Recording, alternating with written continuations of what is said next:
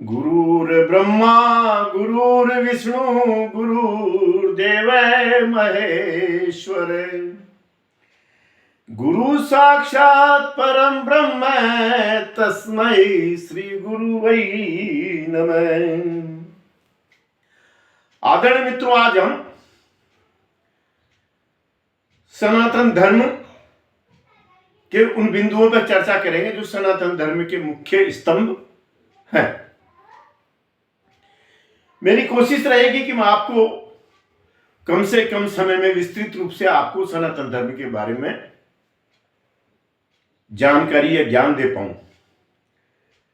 आप जिन्होंने भी मेरा चैनल सब्सक्राइब करा, शुरू से अभी तक के वीडियो के नाम जरूर देखें और उनमें जो आपके हित के हैं, आपके मतलब के हैं, जो आपके उन्नति की ओर ले जाते हैं, आपको शारीरिक रूप से आगे बढ़ाते हैं, आपको मानसिक रूप या ध्यान के लिए आगे बढ़ाते हैं, उनको अवश्य देखें और ये नियम बना लें कि एक वीडियो रोजाना कम से कम देखना। आप देखेंगे कि इसमें ही आप बहुत एक ऊंचे दर्जे के ध्यान पर बैठने वाले हो जाएंगे। मित्रों, मैं पहले तो जो बता रहा था सनातन धर्म के संदर्भ में हमें विभिन्न ऋषि मुनियों से, विभिन्न ग्रंथों से कई तरह की जानकारियां प्राप्त होती हैं। सनातन धर्म में मुख्यतः 3 बातें हैं। प्रथम, ईश्वर की उत्पत्ति मानना, यानी अपने अतिरिक्त एक ताकत और है जिसको हम ईश्वर का नाम देते हैं, उसको मानना। अपन तीनों की अलग अलग व्याख्या बाद में करेंगे, पहले मैं तीनों के संदर्भ में आपको बता देता हूं। दूसरा है पुनर्जन्म का सिद्धांत। सनातन धर्म में पुनर्जन्म के सिद्धांत को मानते हैं कि मनुष्य का पुनर्जन्म होगा। तीसरा है आत्मा के संदर्भ में। प्रथम में जो हमने ईश्वर के बारे में जो कहा है, न तो ये जन्मता है न मरता है, और जो हम दूसरी ताकत, जैसे हमने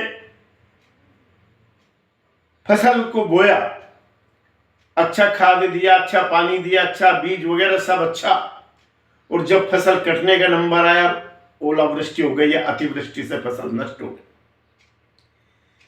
तो वो जो ताकत हमें एहसास कराती है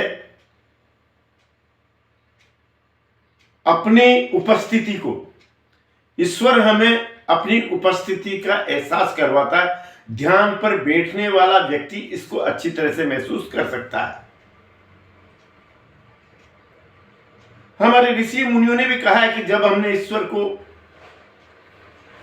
प्राप्त करने की, उसे खोजने की, देखने की चेष्टा करी, तो ध्यान पर जब हम लोगों ने उसे खोजा तो इस सूर्य से 1000 करोड़ गुना सूर्य और देखा, यहां तक हम लोग पहुंचे जिससे सभी सूर्य सभी प्रकाशमान है। इससे अधिक हम अभी नहीं पहुंचे, नेति नेति, यानी कि ईश्वर को आप अभी नहीं पहुंच पाए हैं। मेरे जो गुरुजी के गुरुजी थे, उनने भी ये कहा कि भाई जब मैंने भी उस पर ध्यान लगाया तो प्रकाश अंदर से निकला और वो प्रकाश को मैं देखता हुआ ही चला गया और वो प्रकाश कभी खत्म नहीं हुआ। जब भी मैं बैठता हूं, प्रकाश अनंत आकाश में जाता हुआ चला जाता, बाकी वो प्रकाश कभी खत्म नहीं होता। इससे ये बात साबित होती है कि कहीं न कहीं पर हमारा किसी न किसी से लिंक तो है। केवल मैंने पहले कह दिया कि इन बातों को ध्यानी आदमी ही महसूस कर सकता है, वही देख सकता है जिसकी अच्छे से समाधि की अवस्था है। तो मित्रों, ईश्वर के बारे में आप इससे जान सकते हैं। हम बहस में किसी को आप समझा नहीं सकते कि ईश्वर है या नहीं है। वो अपने तर्क देगा, आप अपने तर्क देंगे, लेकिन ये अभी तो हमारे यह है उसको महसूस करने की बात है कि हम ईश्वर को किस रूप में महसूस करते हैं। ध्यान पर बैठते हैं तो जब हम एक टेलीपैथी का एक सिस्टम है कि मेरे कई मित्र मुझे टेलीफोन करते हैं या मैं भी उन्हें करता हूं, तो वो कहते हैं कि अभी कुछ क्षण पहले हमने आपको याद किया था, आपका हमारे पास में मोबाइल से टेलीफोन आ गया। तो ये टेलीपैथी का जो एक सिस्टम बनाया है, तो जब हमने दिल से किसी को पुकारा, आत्मा से किसी को पुकारा, उसके बारे में गंभीरता से, तो उसके भी वहां जाकर के वो हमारे विचारों ने उसके मस्तिष्क को प्रभावित किया। तो कहीं ना कहीं पर जब ये सिस्टम है तो फिर वो उस परमपिता परमात्मा के पास भी जब हम प्रार्थना करते हैं, मैं बाकी एक बात बता दूं, ये बातें सिर्फ ध्यान पर बैठने वालों के साथ ही रहेंगी। तो फिर वो परमपिता परमात्मा या जो भी वो ताकत है उससे भी जाकर के अवश्य टकराती है, उसको भी अवश्य महसूस कर होती है जहां पर भी वो शक्ति विराजमान है। आप मेरे से ज्यादा विद्वान हैं, अगर तो उसको ज्यादा विश्लेषण आप लोग कर सकते हैं। मैंने पहले ही आपसे कह दिया कि मैं कम से कम उनमें आपको समझाने की कोशिश करूंगा। दूसरा आता मित्रों पुनर्जन्म के बारे में।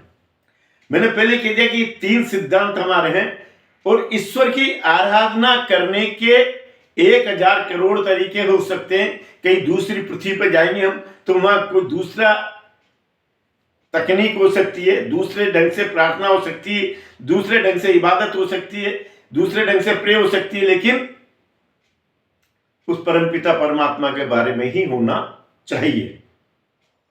मैंने पहले कह दिया कि भाई उसको करने के 1000 करोड़ तरीके हो सकते हैं। आप दूसरे के तरीके पे अगर वो ईमानदारी से करता है, उसकी उसमें ईमानदारी आपको नजर आती कि ईमानदारी से ईश्वर की प्रार्थना में लगा हुआ है, तो फिर हमें उस पर आपत्ति नहीं करना चाहिए कि मैं जो प्रार्थना कर रहा हूं वही सही है, ये जो कर रहा है ये गलत है। आगे दूसरा, जैसे मैंने आपसे कहा पुनर्जन्म का सिद्धांत, कि मनुष्य का पुनर्जन्म ही होता है कर्मों के आधार पर। इसको भी मित्रों योग के अंदर जांचने की विधियां मैं आपको अलग अलग से वीडियो बना के पहले भी समझा चुका हूं। आप कोई भी व्यक्ति उनसे उस वीडियो को देख करके पुनर्जन्म के सिद्धांत के बारे में देख सकता है, समझ सकता है। तो मनुष्य का पुनर्जन्म होता है कर्मों के आधार पर।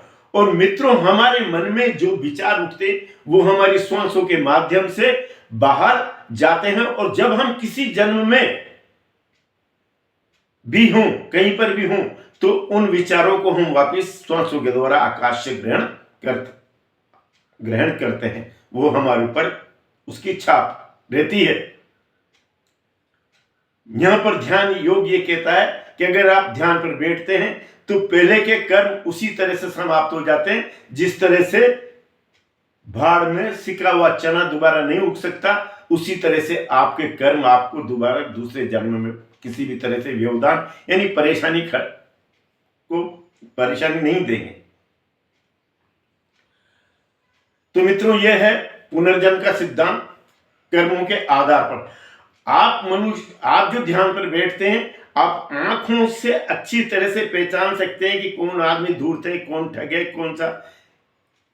कौन से की क्या आदत में है। अब आता मित्रों तीसरा सिद्धांत हमारा आत्मा का। यह हमें उपनिषदों में बहुत ही अच्छे तरह से समझाया गया है। कठोपनिषद वगैरह जो भी आप उपनिषदों को अवश्य देखें। आपको ग्रंथों का भी पढ़ना चाहिए, आपको अपने ग्रंथों का अवश्य अभ्यास करते रहना चाहिए। इसको स्वाध्याय कहते हैं। तो मित्रों वो हृदय रूपी गुफा में आत्मा वो विराजमान है। ये भी हम ध्यान के उसमें जब आप बैठेंगे और अच्छी स्थिति में पहुंचेंगे तो आपको कई बार वो आत्मा इन आंखों से दिखेगी, दिख करके अपनी उपस्थिति का एहसास करवाएगी, अपनी उपस्थिति करवाएगी जो भी आप ध्यान पर बैठते हैं। मैंने आपको बताया तीनों चीजें, यानी 3 जो मैंने स्तंभ बताए हैं, ये ध्यान योग के माध्यम से तो आप लोग महसूस कर सकते हैं, देख सकते हैं, इन सिद्धांतों को जान सकते हैं। बाकी जो ध्यान पर नहीं बैठते हैं वो तर्क के आधार पर ही उनकी चर्चा का विषय रहेगा। आपको कोई कहेगा जी कि ईश्वर नहीं है, तो ये जो है वो उसका अपना तर्क है। आप कहेंगे जी ईश्वर है, अगर आप ध्यान पर नहीं बैठते हैं तो आपका भी फिर तर्क ही रहेगा, इससे ज्यादा आपका कुछ नहीं रहेगा। आत्मा और पुनर्जन्म का सिद्धांत, इनको तो देखने की योग के अंदर विधियां बताई गई हैं। मैंने कोशिश की है पहले के जो वीडियो बनाए उनके अंदर आपको समझाने की। तो 3 सिद्धांत तो ये प्रमुख हैं। बाकी आप आगे, जैसे मैंने आपसे कहा कि अपन सनातन धर्म में है तो यज्ञ भी करना है, 33 करोड़ देवी देवता, जैसे मैंने पहले बताया कि भाई ये ब्रह्मांड में जिनसे भी हमारा शरीर हष्टपुष्ट होता है, जितनी तरह की औषधियां, जितने तरह के वृक्ष, जितने तरह की नदियां, पहाड़, जो सब वो भी है, वो हमने 33 कोटि या 33 करोड़ जो भी आप कहो, उसके अंतर्गत हमने उन्हें माना है। और उन सब का हम एहसान मानते हैं, उन सब का हम धन्यवाद देते हैं, उनकी हम पूजा करते हैं। पूजा के तरीकों में केवल भेदभाव है। जैसे कि आप पीपल की पूजा करने जाते हैं तो पीपल की पूजा के आगे अगरबत्ती लगाने से, उसको भोग लगाने से इससे क्या होने वाला है? आपको वृक्षों की पूजा करनी तो वृक्षों के उसी से होगी, मापदंड से होगी कि आप उनकी जड़ों को क्लियर कर रहे हैं, साफ कर रहे हैं, उनमें खाद दे रहे हैं, पानी दे रहे हैं। तो ये हर एक का अपना इस तरह से सिद्धांत है कि भाई नदी की पूजा कर रहे हैं तो उनके घाटों को साफ करें, उसकी सफाई करें। आरती उतारने से भी होता होगा, मैं ये नहीं कह रहा हूं कि नहीं होता होगा, होता होगा, लेकिन ये भी प्रमुख बातें हैं जो मैं आपसे समझा रहा हूं। आज मैं इतना ही कहूंगा, आगे फिर कभी और अन्य वीडियो में। नमस्कार। ध्यान पर बैठे, मेरा इतना ही निवेदन।